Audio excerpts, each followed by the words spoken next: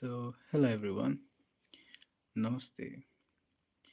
I hope you guys are fine, and welcome to the third episode of book reading.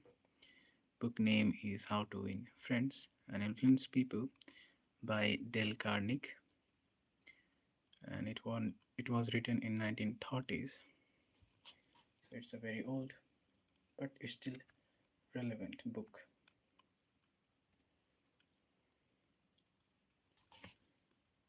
So I'll wait for 1 minute if one two people joins. After that, we will start.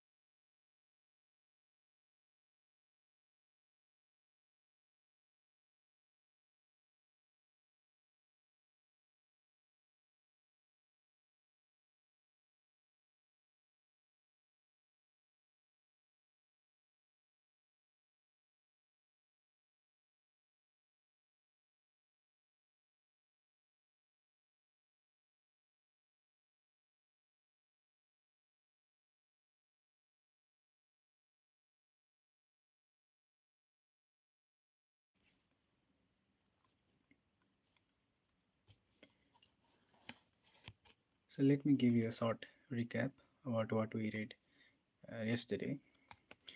So in yesterday's episode, it was about Lincoln getting into fight when he was younger.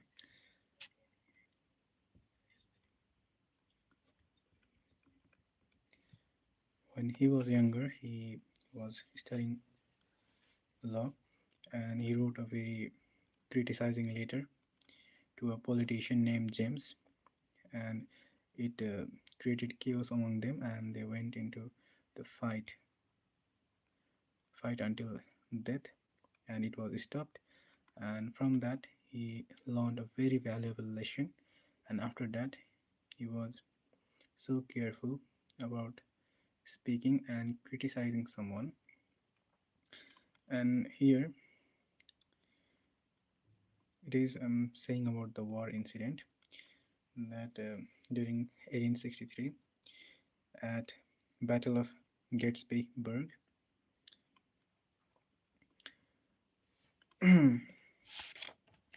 Battle of the Gettysburg, there is an opponent who was Lee. He was leading, and he was in the verge of being captured if do properly. And Lincoln, seeing the opportunity, ordered Meade to not to call a council of war and attack the Lee immediately, but Meade hesitated and he did exactly opposite of what Lincoln told not to do. He called the council of war, and Lincoln became so disappointed and furious. So in the disappointment, he wrote Meade letter, and what was the letter we'll read it today.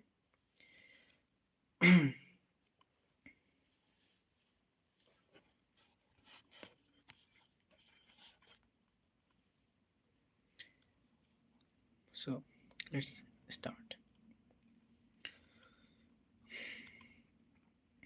My dear General, I do not believe you appreciate the magnitude of the misfortune involved in Lee's escape.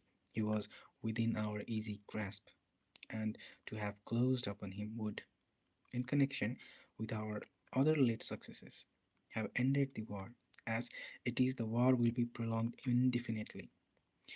If you could not safely attack Lee last Monday, how can you possibly do south of the river when you can take with you very few, no more than two-thirds of the force you then had in hand? It would be unreasonable to expect, and I do not expect, that you can now affect much. Your golden opportunity is gone, and I am distressed immeasurably because of it. So basically, he was very sad about what Mead decided not to attack the Lee.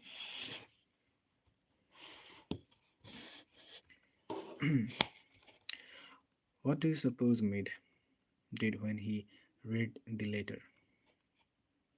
Mead never saw that letter. Yes, Lincoln never mailed it.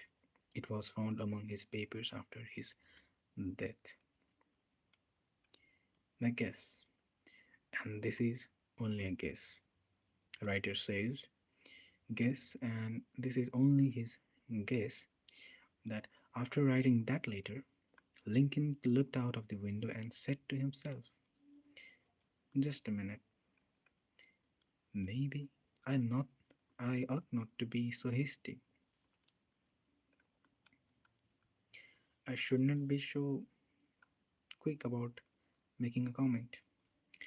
It is easy enough for me to sit here in the quiet of the White House and order Meade to attack.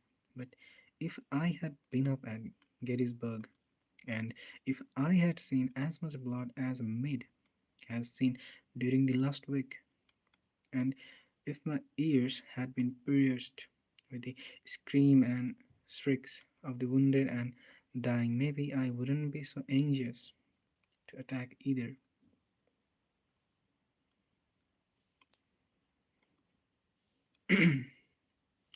If I had Meade's timid temperament, perhaps I would have done just what he had done. Anyhow, it is water under the bridge now. If I send this letter, it will relieve my feelings, but it will make Meade try to justify himself. It will make him condemn me. It will arouse hard feelings, impair all his further usefulness as a commander, and perhaps force him to resign from the army. So basically, he didn't send the letter, and after writing everything what he felt in the letter, he sat down and think for a while. He thought for a while about what could go wrong, what could go right, and he put it himself in the situation of Mid, and found out that he might also have took the same decision as Mid did. So let's read further. So, as I have already said, Lincoln put the letter aside, for he had learned by bitter experience that sharp criticisms and rebukes almost invariably end in futility. So, rebukes here is scold, and futility means pointless. So, sharp criticism and scoldings are kind of pointless. Theodore Roosevelt said that when he, as president, was confronted with a perplexing problem. Here, perplexing problem means like a paradox, like a brain twisting problems. You have very difficulty about finding what the real thing is about the problem, which is the right answer. So he used to lean back and look up at the large painting of Lincoln, which hung over his desk in the White House, and ask himself, what would Lincoln do if he were in my shoes? How would he solve this problem? So Roosevelt was a great admirer of Lincoln, and he used to hung his picture above the White House. And yeah, obviously Lincoln was great, and dollar bill also has Lincoln. The next time we are tempted to admonish somebody, or we are tempted to advise or say something to somebody, let's pull a $5 bill out of our pocket Look at the Lincoln's picture on the bill and ask how would Lincoln handle this problem if he had it. Mark Twain lost his temper occasionally and wrote letters that turned the paper brown. For example, he once wrote to a man who had aroused his ire. Means he wrote a letter to a person who really made him angry. The thing for you is a burial permit. You have only to speak, and I will see that you get it. Another occasion, he wrote to an editor about a proofreader's attempt to improve my spelling and punctuation. He ordered, set the matter according to my copy hereafter, and see that the proofreader retains his suggestion in the mush of his decayed brain. The writing of these stinging letters made Mark Twain feel better. They allowed him to blow off steam, and the letters didn't do any real harm because Mark's wife secretly lifted them out of the mail. They were never sent. Do you know someone you would like to change and regulate and improve? Good. That is fine. I am all in favor of it. But why not begin on yourself? From a purely selfish standpoint, but that is a lot more profitable than trying to improve others. Yes, and a lot less dangerous. Don't complain about the snow on your neighbor's roof, said Confucius, when your own doorstep is unclean. So, Confucius is a Chinese philosopher, and this is his Latin name for the name Confucius, I guess. When I was still young and trying hard to impress people, I wrote a foolish letter to Richard Harding Davis, an author who once loomed large on the literary horizon of the America. I was preparing a magazine article about authors, and I asked Davis to tell me about his method of work. A few weeks earlier, I had received a letter from someone with this notation at the bottom: dictated, but not read. I was quite impressed. I felt that the writer must be very big and busy and important. I wasn't the slightest bit busy, but I was eager to make an impression on Richard Harding Davis. So I ended my short note with the words dictated but not read.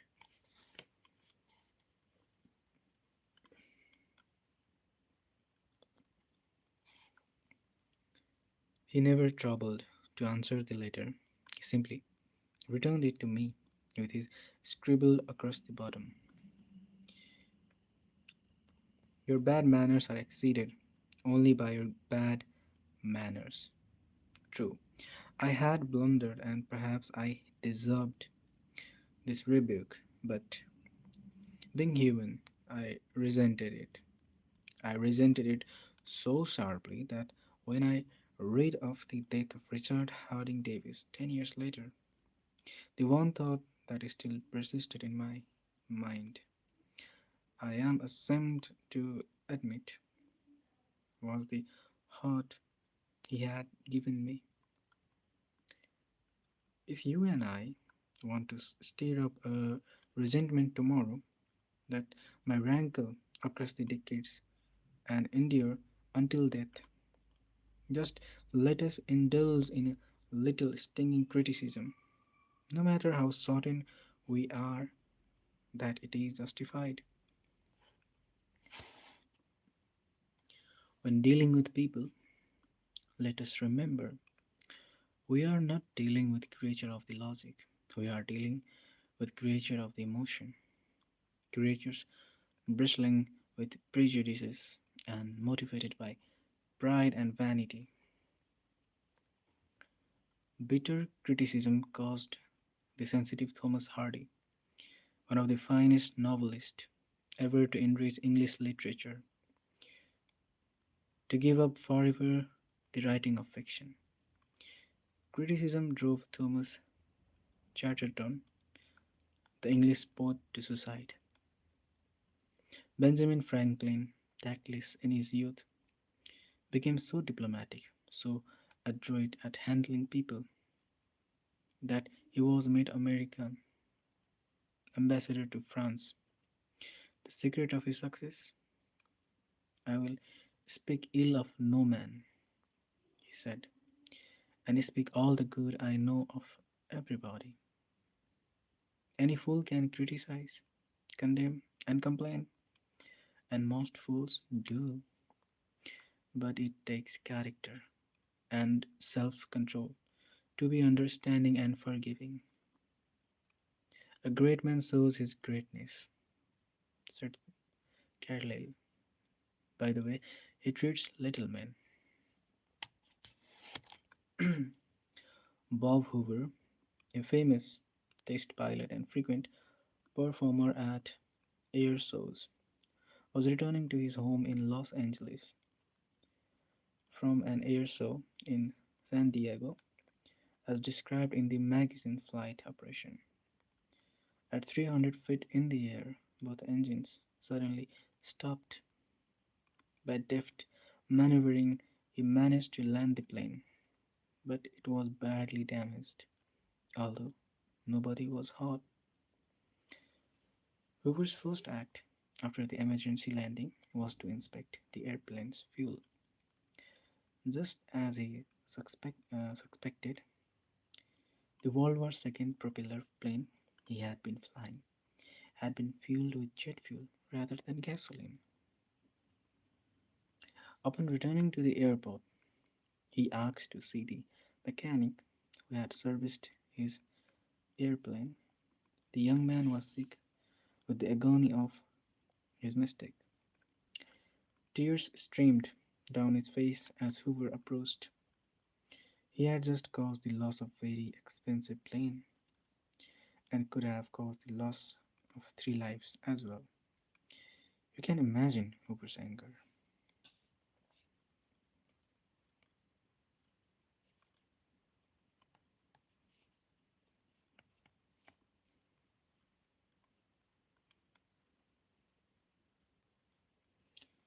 So, the word agony means extreme physical or mental suffering. So, he had just caused the loss of a very expensive plane and could have caused the loss of 3 lives as well. You can imagine Hoover's anger. One could anticipate the tongue lashing that this proud and precise pilot would unleash for that, for that carelessness. But Hoover didn't scold the mechanic. He didn't even criticize him. Instead, he put his big arm around the man's shoulder and said, "To show you I am sure that you will never do this again, I want you to service my F-51 tomorrow." Often parents are tempted to criticize their children. You would expect me to say, "Don't," but I will not. I am merely going to say before you criticize them, read one of the classics of American journalism, Father Forgets. It originally appeared as an editorial in the People's Home Journal. We are reprinting it here with the author's permission as condensed in the Reader's Digest.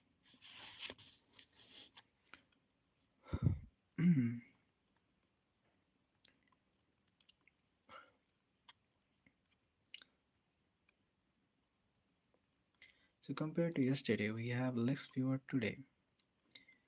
What might be the cause?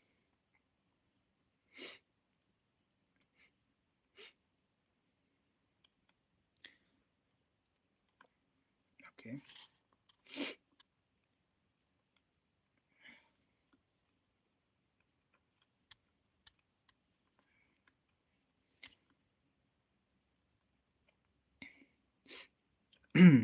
Father Forgets is one of those little pieces which dust off in a moment of sincere feeling, strikes an echoing chord in so many readers as to become a perennial reprint favorite. Since its first appearance, Father Forgets has been reproduced, writes the author. Livingstone Livingstone learned it in hundreds of magazines and house organs, and in newspaper the country over. It has been reprinted almost and extensively in many foreign languages.